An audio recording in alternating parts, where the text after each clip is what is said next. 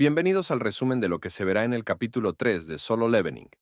Para poder completar los niveles más altos de la mazmorra infernal, Jinwoo necesitaba comprar equipamientos con resistencia al fuego. Pero, como te había comentado antes, los equipamientos para cazador son muy costosos. Así que cuando mira la subasta de cazadores, se da cuenta que con sus ahorros no le alcanzaba para adquirirlos. Si quería poder comprarlos, iba a tener que vender sus objetos. ¿Recuerdas el orbe que duplica el poder de los magos?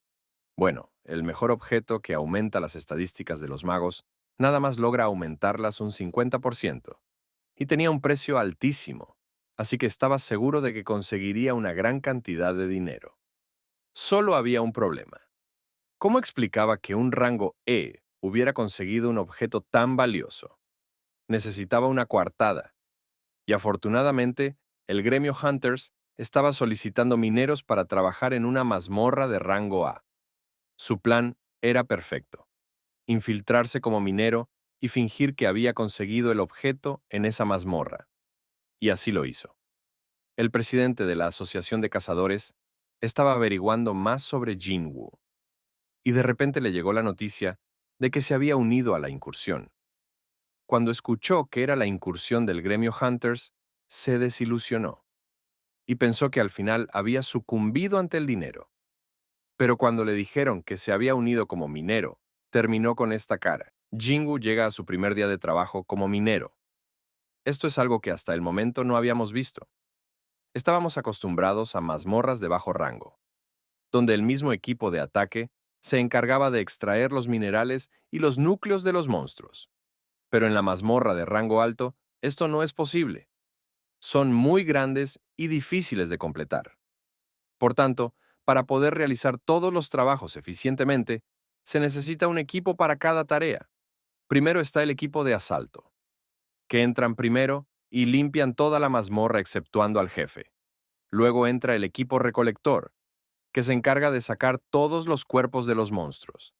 Entonces, entra el equipo minero, que se encarga de extraer todos los minerales de las mazmorras. Ya por último entra el equipo de ataque de nuevo y se encarga del jefe.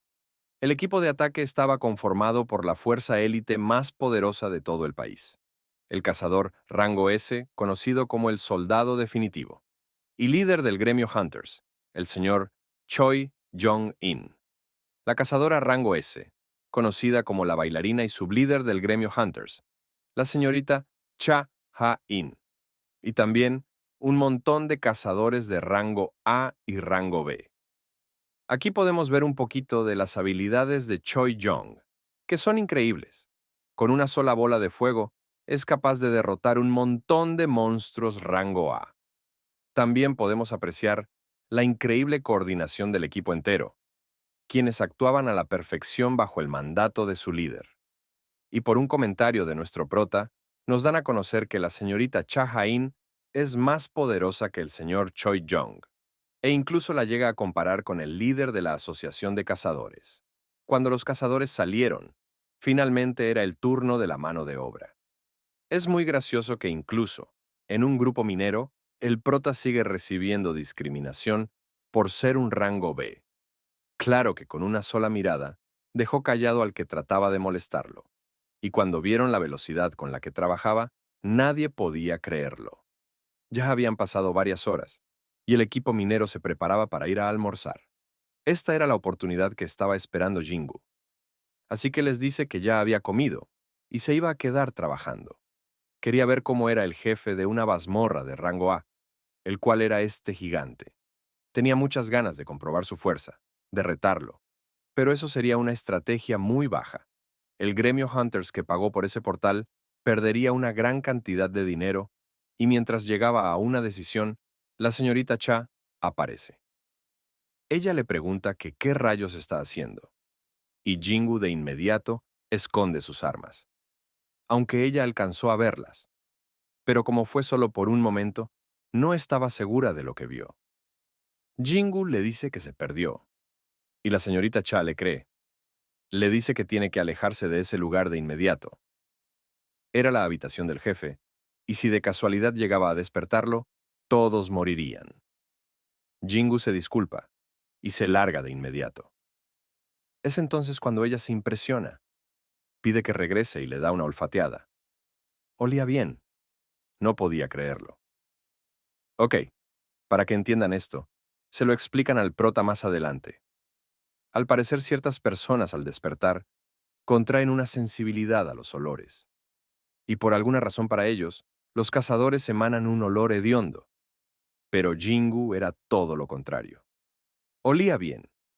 El prota no puede evitar preguntarse si acaso es lo mismo que aquella vez con los yaquis, quienes extrañaban porque él no escuchaba esa voz. Toda la incursión transcurre exitosamente, y el jefe de los mineros queda demasiado contento con el trabajo de Jingu, así que lo invita a trabajar para él. Pero pues obviamente no acepta. El jefe le dice que es una pena, pero le pide que por lo menos los acompañe en la incursión de mañana. Aquí Jingu queda impactado. Verás, la incursión de mañana también era una mazmorra de rango A. El equipo de ayer debería estar muy cansado, así que no sería capaz de completar las dos mazmorras tan seguido, lo que significaba que el gremio Hunter tenía dos equipos de élite capaces de limpiar mazmorras de rango A.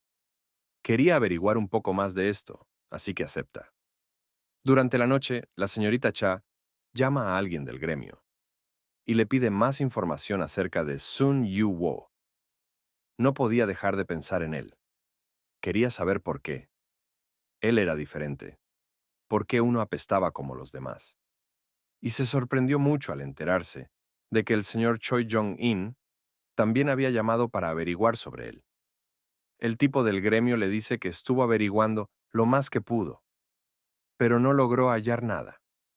Todos sus datos eran confidenciales y estaban altamente protegidos por la Asociación de Cazadores, cosa muy extraña teniendo en cuenta que solo era un rango B.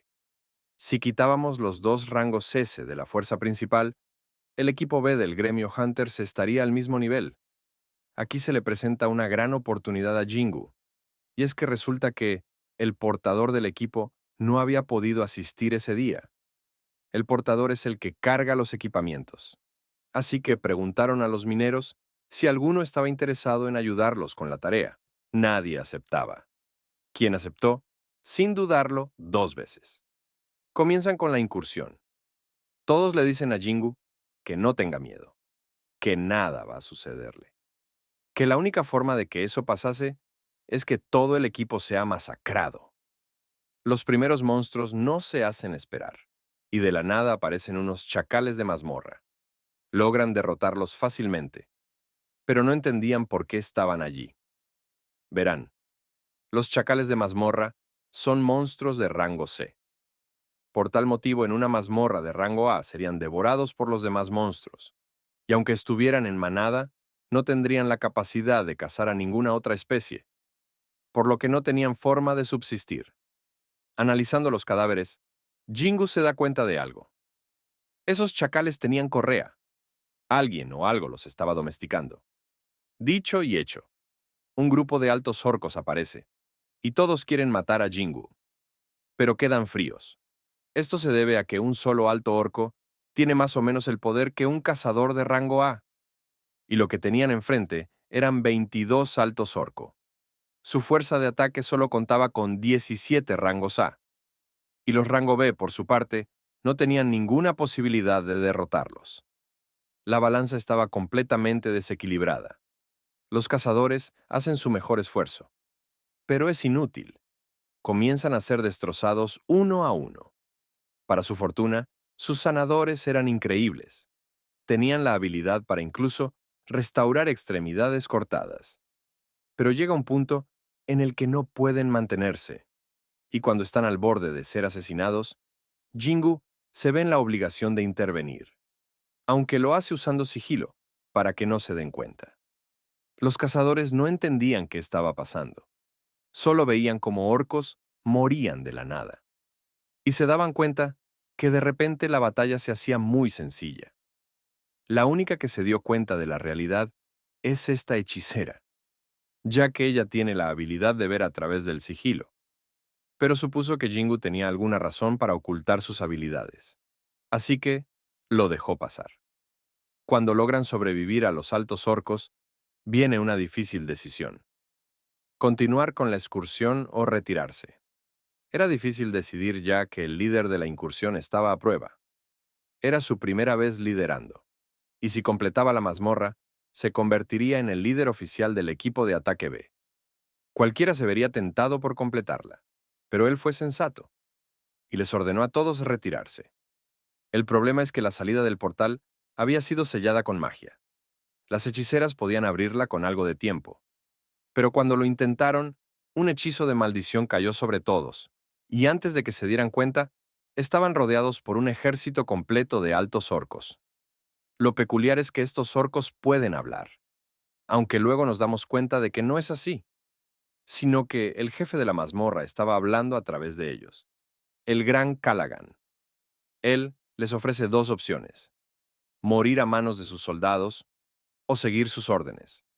El líder de la incursión decide aferrarse a esa única oportunidad y acepta seguir sus órdenes. Es así como terminan yendo hasta la habitación del jefe. El plan era el siguiente: